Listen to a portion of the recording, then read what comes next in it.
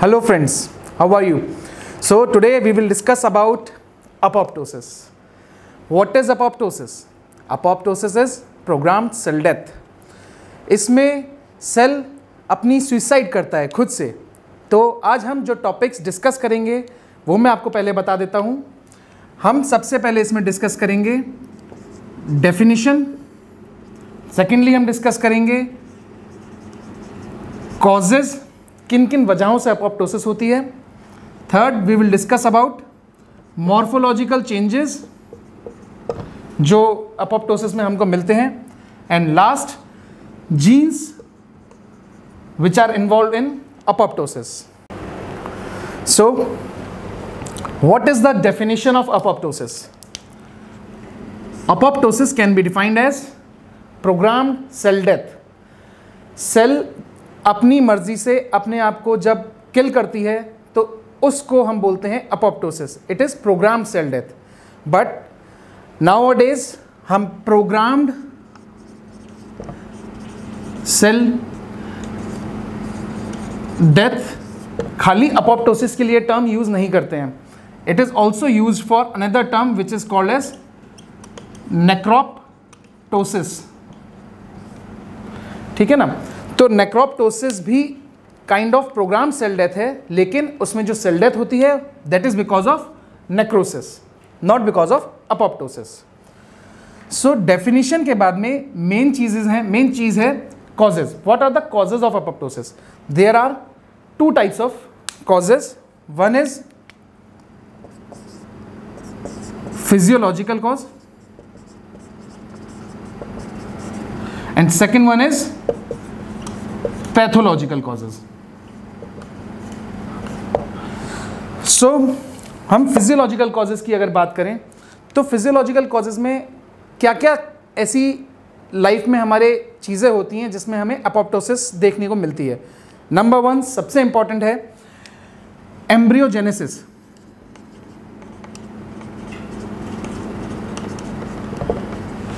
Embryogenesis में आपने देखा होगा जब फीटस छोटा सा होता है तो उसके हाथ सारे जुड़े हुए होते हैं, सारी फिंगर्स जुड़ी हुई होती हैं.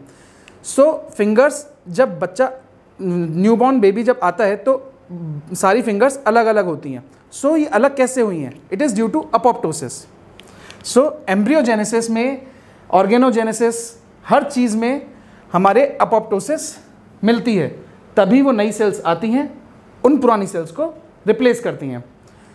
Embryogenesis number one physiological cause. Number two physiological cause in menstrual cycle. Menstrual cycle में एंडोमेट्रियम को शेड होने के लिए अपॉप्टोसिस ज़रूरी है. सो अपॉप्टोसिस में हमारी अपॉप्टोसिस होगी जब तो एंडोमेट्रियम हमारी शेड ऑफ होगी. उसकी वजह से वो भी एक फिजियोलॉजिकल कॉज हुआ. Menstrual cycle, endometrium shed off. Third, also one of the most important cause जिसकी वजह से ऑटो इम्यून डिसऑर्डर्स होते हैं, जिसमें लिम्फोसाइट्स हमारी बॉडी की सेल्फ एंटीजन को जब आइडेंटिफाई करना शुरू कर देती हैं तो उन सेल्फ एंटीजन आइडेंटिफाइंग लिम्फोसाइट्स को रिमूव करने के लिए बॉडी से हमें सबसे ज़्यादा ज़रूरी होता है उन लिम्फोसाइट्स की अपॉप्टोसिस होना. सो सेल्फ रिकॉग्नाइजिंग लिम्फोसाइट्स, इनकी अपॉप्टोसिस भी जरूरी है. Now pathological causes. Virus infected sales. जो सेल्स वायरस से इन्फेक्टेड हैं, जैसे कि मैं आपको एग्जांपल देके समझाता हूं. ये सेल है, इसकी नेबरिंग सेल है, इसकी नेबरिंग सेल है. सो इस सेल में अगर वायरस का इन्फेक्शन पहुंच गया है, so to prevent it from spreading from this cell to this cell will undergo apoptosis. अगर ये सेल अपॉप्टोसिस में चली जाएगी तो यहाँ से ट्रांसमिशन इस जगह पे नहीं होगा. So apoptosis is necessary in such conditions. So virus infections के अंदर जो वायरस इन्फेक्टेड सेल है उसकी तो अपॉप्टोसिस होगी ही होगी. उसके लिए तो मैक्रोफेज और अदर किलिंग मैकेनिज्म्स हैं ही हमारे पास, लेकिन जो नेबरिंग सेल्स हैं उनकी भी सेल डेथ होना बहुत ज़रूरी है. नेक्स्ट आता है हमारा रेडिएशन एंड कीमोथेरेप्यूटिक ड्रग्स। जो हमारी कीमोथेरेप्यूटिक ड्रग्स एंड रेडिएशंस की वजह से डीएनए के अंदर चेंजेस आते हैं, उन केसेस में सेल्स अपने आप को खुद से किल करती है, सुसाइडल टेंडेंसीज आती हैं सेल के अंदर। वेरियस कॉजेज हैं, वेरियस रीजंस हैं क्यों आती हैं, वो भी हम आगे डिस्कस करेंगे। So virus infected cells, radiations. Third, सब बहुत इंपॉर्टेंट जो आजकल हम देख रहे हैं, misfolded proteins.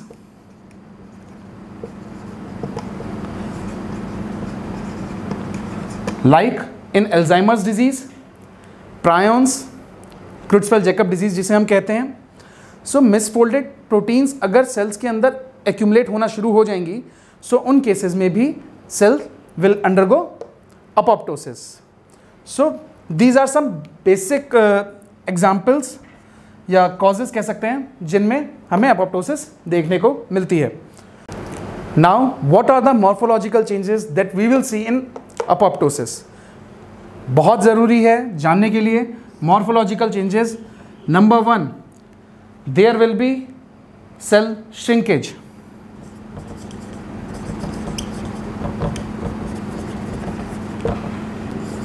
Number 2, there will be nuclear condensation. So cell shrinkage will be there, nuclear condensation will be there. Third, bleb formation will be there. Number 4, apoptotic bodies will be formed. So अब बताता हूँ कैसे। ये हमारी normal cell है, ये nucleus हो गया, अदर ऑर्गेनलीज हैं, ठीक है। सो सबसे पहले cell will shrink in size, cell का साइज थोड़ा कम होगा, न्यूक्लियस के अंदर कंडेंसेशन होगा, न्यूक्लियर क्रोमेटिन जो होता है दैट विल गो। ये अगर हम न्यूक्लियस बना रहे हैं तो न्यूक्लियर क्रोमेटिन न्यूक्लियस के पेरीफेरी पे पहुंच जाएगा and nuclear condensation will be there. So nuclear condensation, cells shrinkage and उसके बाद में cell will form blebs. So blebs बनेंगे एंड न्यूक्लियर कंडेंसेशन के साथ में साइटोप्लाज्मिक कंडेंसेशन भी हमारा स्टार्ट हो जाएगा। उसके बाद में जब ये ब्लेब्स बन जाएंगे, this one and this will separate out like this. So apoptotic bodies will be formed in histology. In histology, how these apoptotic cells will look like? They will look like eosinophilic bodies. Eosinophilic means they will look like pink colored bodies with dense cytoplasm in between, the dense nucleus in between, and this is eosinophilic cytoplasm, dense eosinophilic bodies. So one more important thing which is to be remembered is there is no inflammation. Reason, because cell membrane is always intact. Cell membrane will always be intact. So cytoplasm का कोई भी component, either protein, organelle और anything else will not go in interstitial space, ये नहीं होगा, उसकी वजह से इन्फ्लेमेशन नहीं होगा। So inflammation will not be there, which is most commonly seen in inflammation. सबसे ज़्यादा कॉमनली हमें नेक्रोसिस में दिखाई देता है, नेक्रोसिस में मिलेगा और अपोप्टोसिस में हमें इन्फ्लेमेशन नहीं मिलेगा।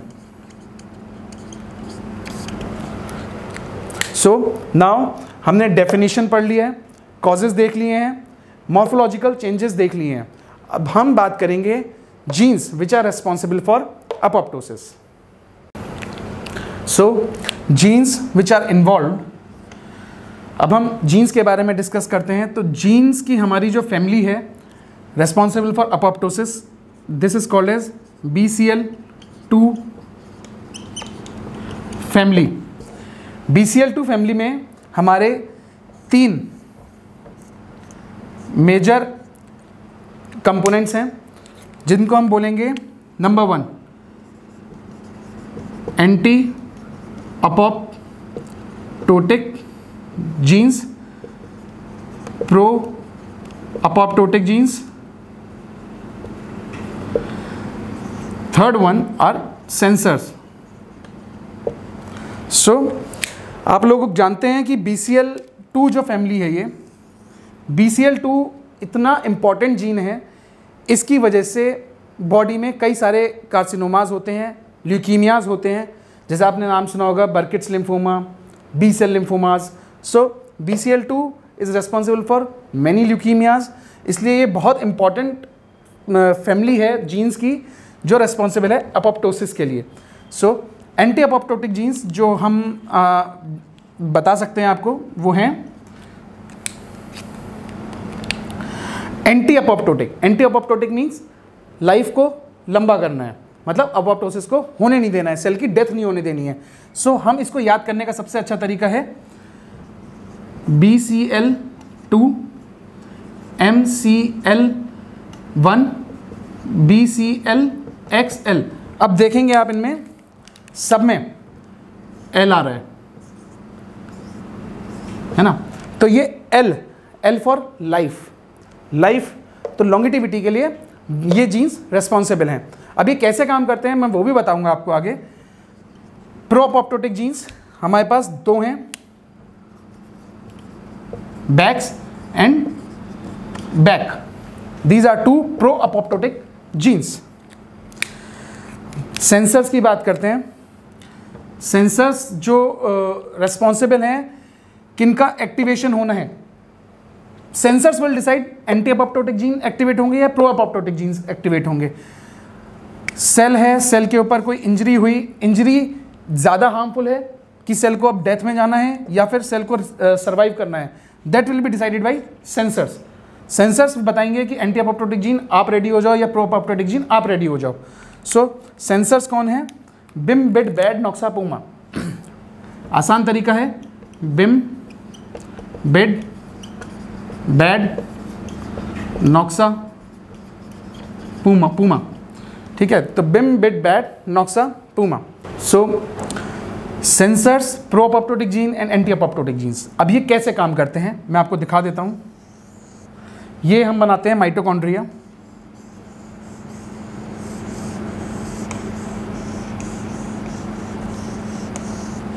ठीक है, माइटोकॉन्ड्रिया में ये है हमारी आउटर लेयर, ये है हमारी इनर लेयर।